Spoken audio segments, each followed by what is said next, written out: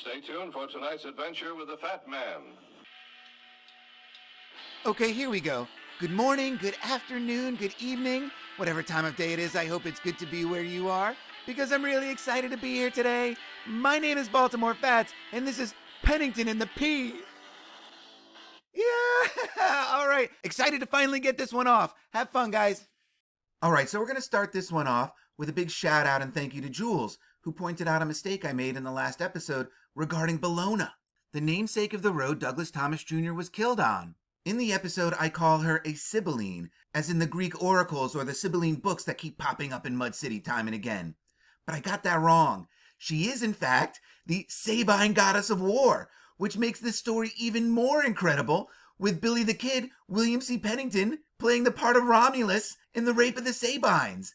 All right, so let's keep this in mind going forward and see how it changes the story. And so thanks again, Jules, for reminding me that I need to heed my own advice and go back and watch those earlier Jubilee and Baltimore episodes because my memory clearly needs refreshing, right? And so before I can carve out time to do that, let's see how far I can get with the Penningtons here. And Falcon's Maze for the Penningtons begins with Billy the Kid, William C. Pennington, played by Billy Bob Thornton. And I love this picture of Billy Bob Thornton because William C. Pennington is so the smoking gun in this story. And this is very ironic because the gatekeepers give me very little to go on Billy the Kid. As of right now, I still don't know what he did for a living, what his job was or anything like that. The only things I could really learn about him were through his immediate family on these genealogy pages. And his immediate family is chock filled with extremely important and influential people. So now whenever I see this, the member of a very prominent family kind of buried in the history, I think one of two things. I think either A, they're hiding something behind this guy, right? Or B, he's the black sheep of the family.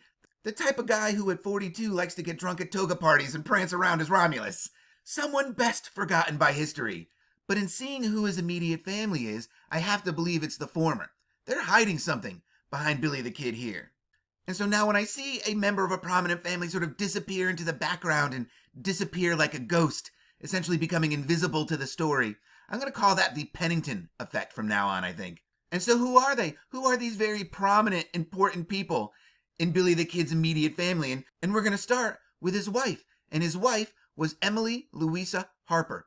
And right off the bat, I think it's interesting that this Find a Grave website doesn't list her as Emily Louisa Harper Pennington, because she is most definitely the wife of William C. Pennington. I find that very curious, and there are a lot of curious things happening in the genealogies and gatekeeping biography pages of the Pennington and Harper's family. It's really quite strange, and we're going to explore that as we go forward.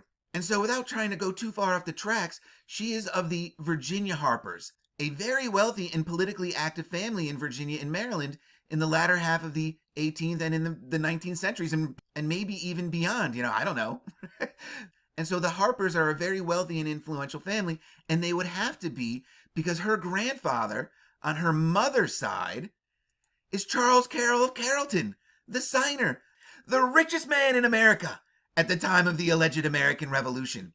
You think the Carrolls are letting anything less than the color blue anywhere near their bloodline? I don't think so. Right? So Billy the Kid definitely comes from good stock, which is evidenced by who his son is, because his son is R.G. Harper Pennington, here presented in a portrait painted by none other than James McNeill Whistler, the painter of Whistler's mother, right? One of the most iconic paintings in American history. And a really quick side note on James McNeill Whistler is that he attended West Point.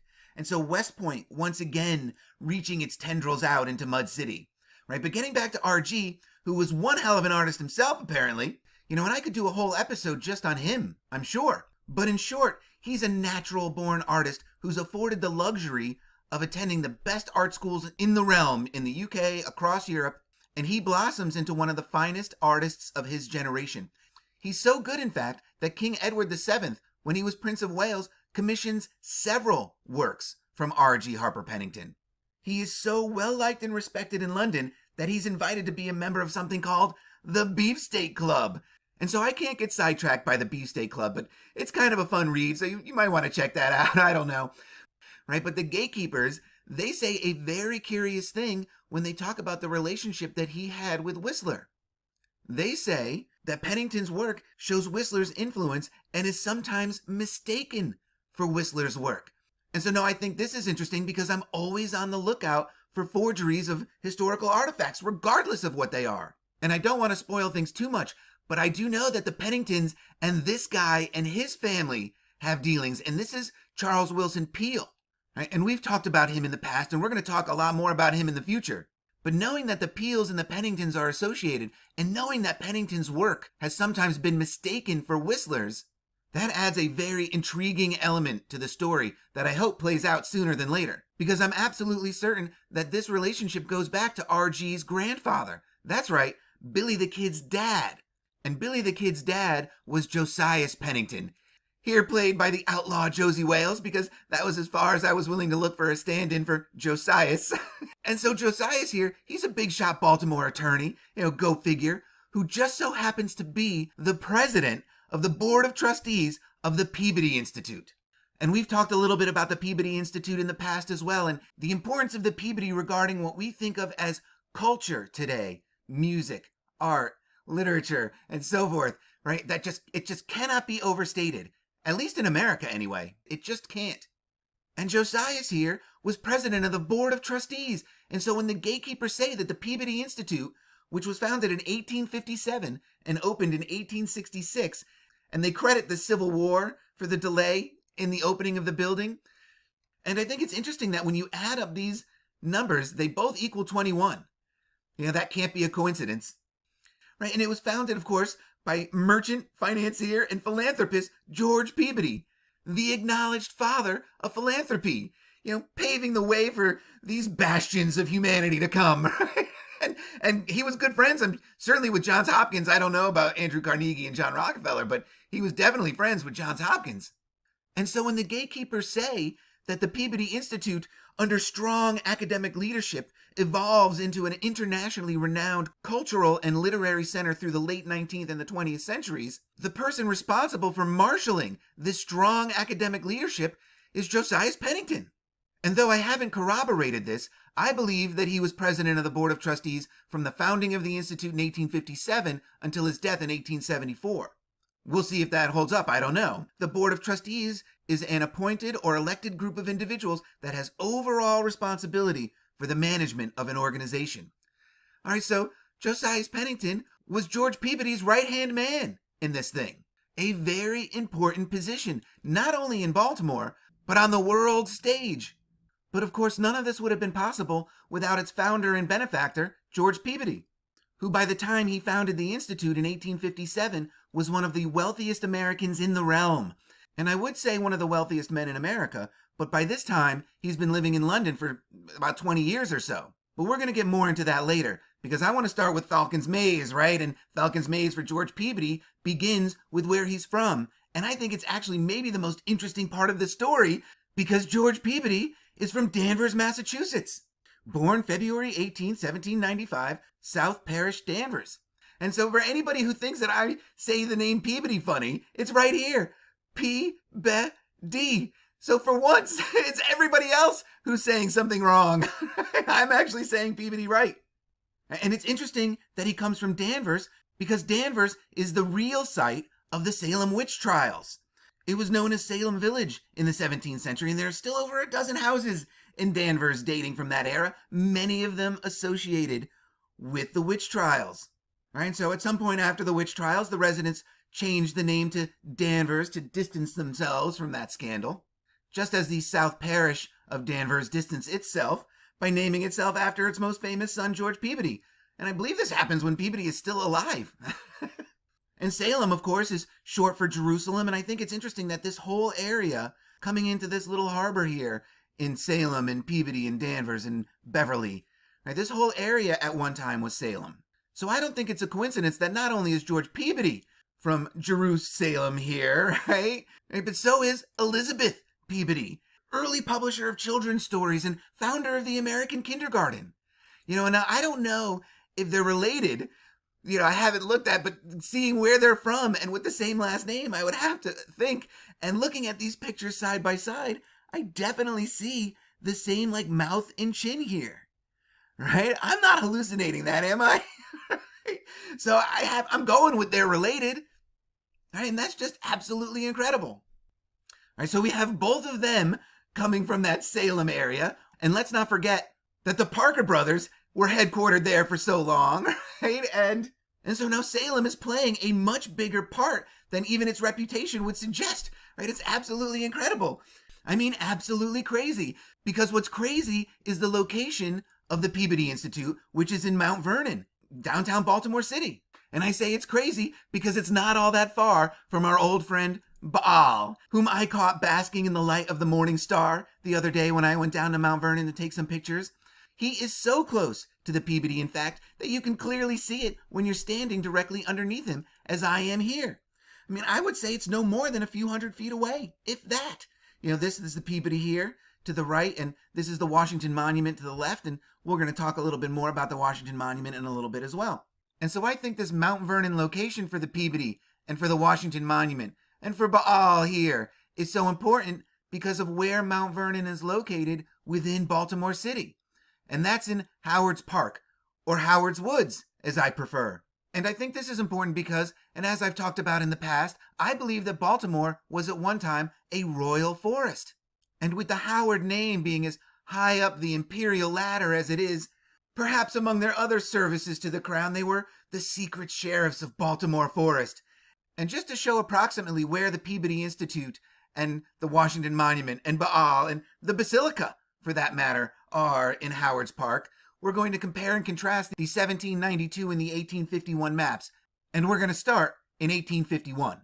And so now the Peabody Institute wasn't built in 1851, but Mount Vernon was there. All right. And so Mount Vernon and where the Peabody Institute will be is located at the corner of Charles Street and Mount Vernon Place. And so now Charles Street runs parallel to the Inner Harbor here, coming in this way. And Charles Street splits Baltimore City north and south. So we're going to creep up Charles Street here, all right? And so going up Charles Street here, we need to keep in mind that Charles Street, this is a very steep hill here, and that this is the Basilica on the top of that hill.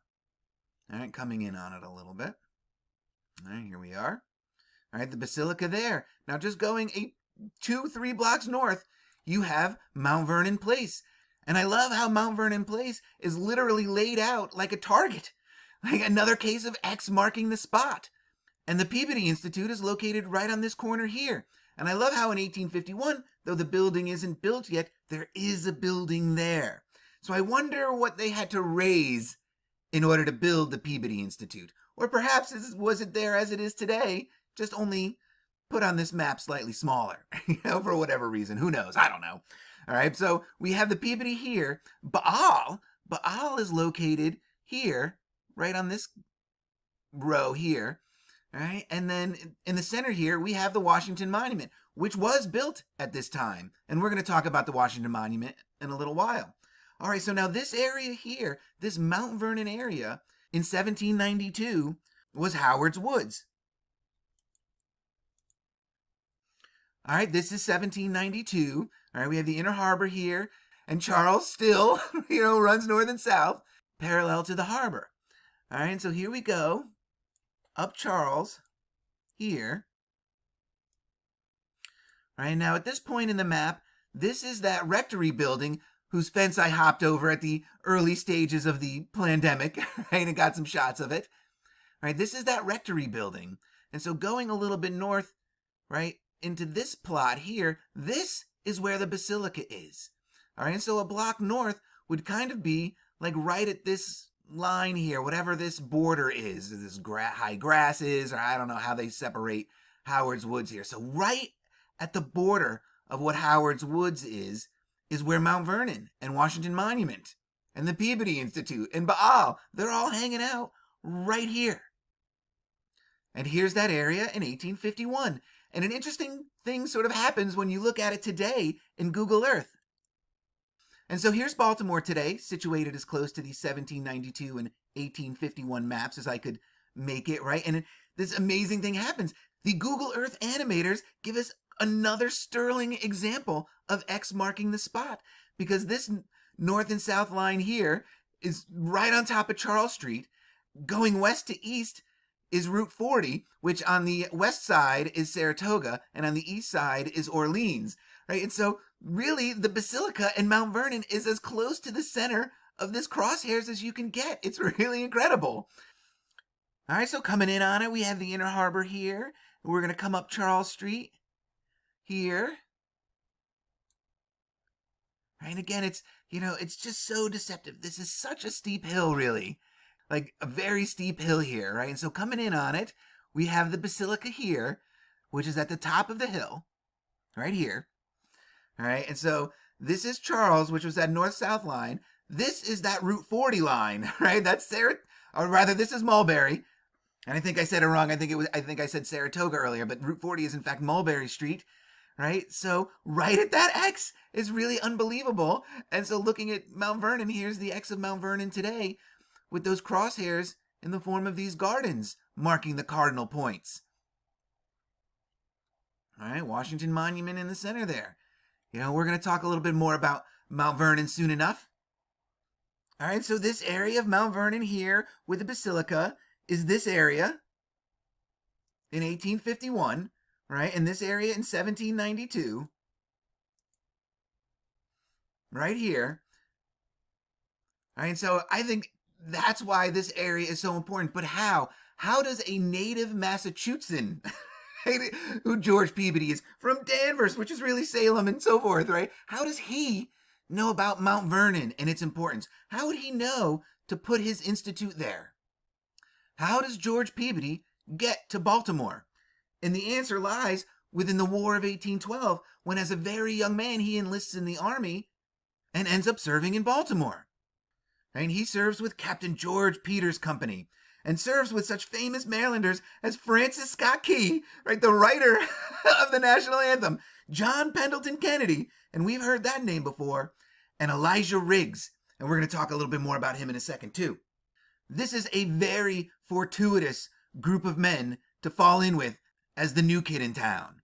And Elijah Riggs essentially adopts George Peabody after the war, first making him a clerk in his dry goods store, but then taking him on as a full-on partner.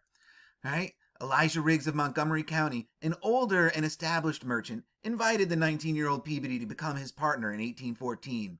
The dry goods importing firm of Riggs, Peabody and Company soon moved to Baltimore, and 10 years later had branch offices in New York and Philadelphia. When Elisha Riggs withdrew from the firm in 1829, his nephew, Samuel Riggs, took his place, and so on and so forth. So it's this success in the dry goods industry that affords Peabody the opportunity to move to London to expand this business.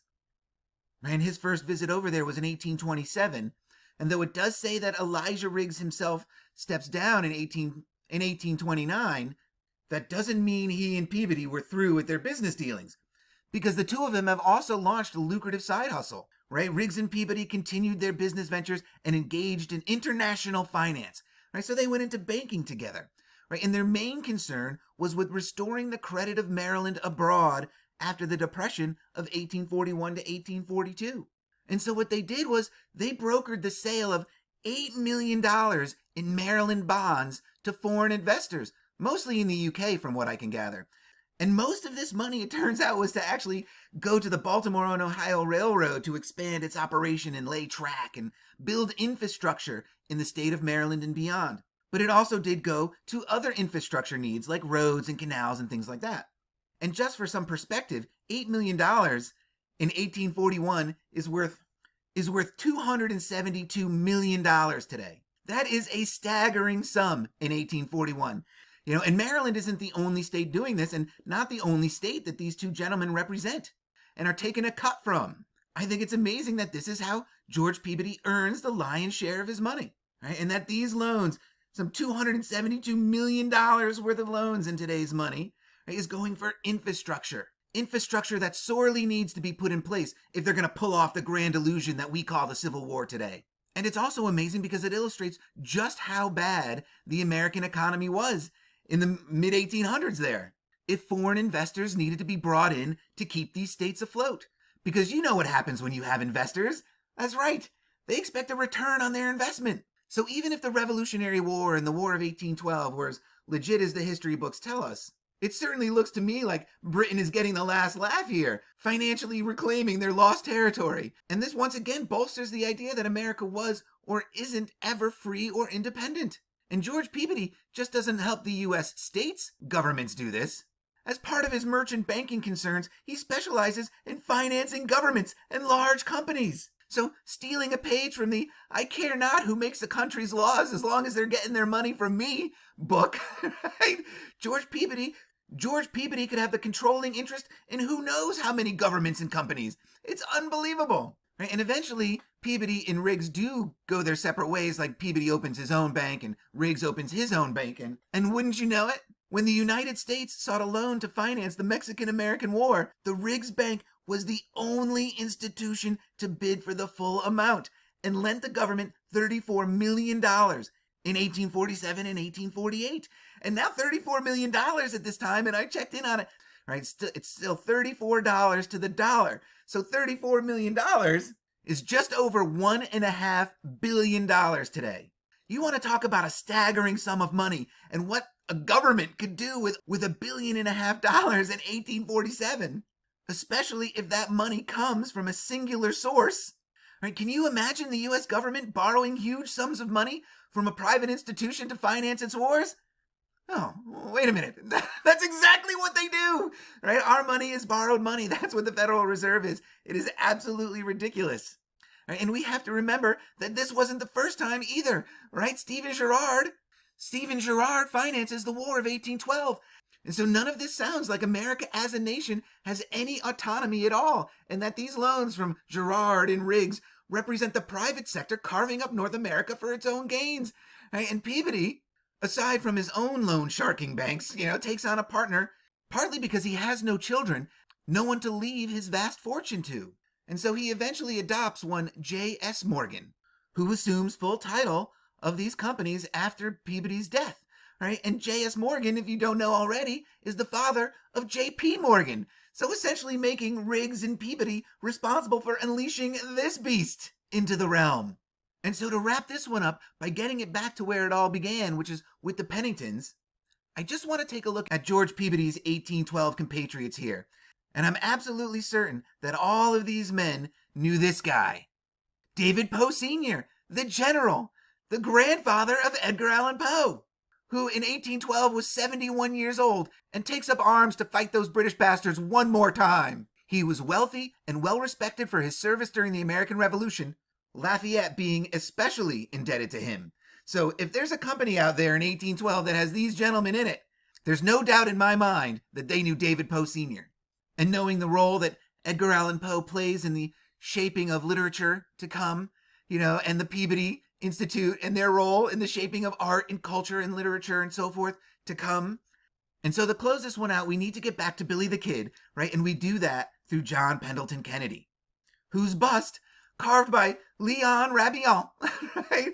And which is still on display in the Peabody Institute today. He just so happens to be good friends with Josiah Pennington, president of the board of trustees of the Peabody Institute. And the gatekeepers told me this out of an act of generosity, I suppose, when I was reading about R.G. Harper Pennington, right? They say that his paternal grandparents were Baltimore lawyer Josiah Pennington, a close friend of John Pendleton Kennedy, right? And so until I learn otherwise, I have to believe that John Pendleton Kennedy is the one who introduced Josiah Pennington and George Peabody. All right, so that's all I have for this one. We have a whole lot more to go with the Pennington effect, so be sure to stay tuned for the next paradigm-piercing episode. Remember, guys, just because you don't know the truth doesn't mean you can't have fun with the lies, right? And so until the next one, cheers.